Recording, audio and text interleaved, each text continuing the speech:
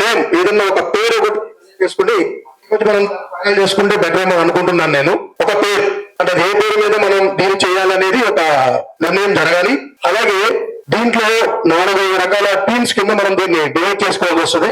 Legal team, అలాగే meetings contact చేయడము, ఇలా బయట క్షేత్రస్థాయిలో చేసే కార్యక్రమాల మీద కూడా ఒక ప్లానింగ్ ప్రకారం చేసుకుని పెద్దలందరినీ కూడా మనం కలుపుకొని ఈ సమావేశానికి వచ్చిన, అలాగే కొంతమంది రాలేకపోయి ఉండొచ్చు, మనం పర్సనల్ గా కలిసి వారి యొక్క నిర్ణయాలు కూడా మనం పరిగణలో తీసుకుని ఒక టీం ని మనం మంచిగా బిల్డప్ చేసి ఈ ప్రోగ్రామ్ ని మనం అందరం కూడా దిగ్విజయం చేసుకుని ఎట్టి పరిస్థితుల్లో మనం అందరం అయోధ్య రామాలయాన్ని సాధించుకున్నాము.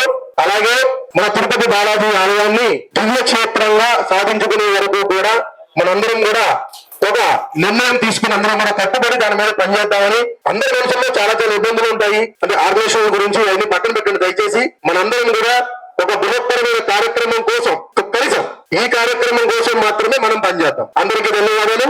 జై శ్రీరామ్.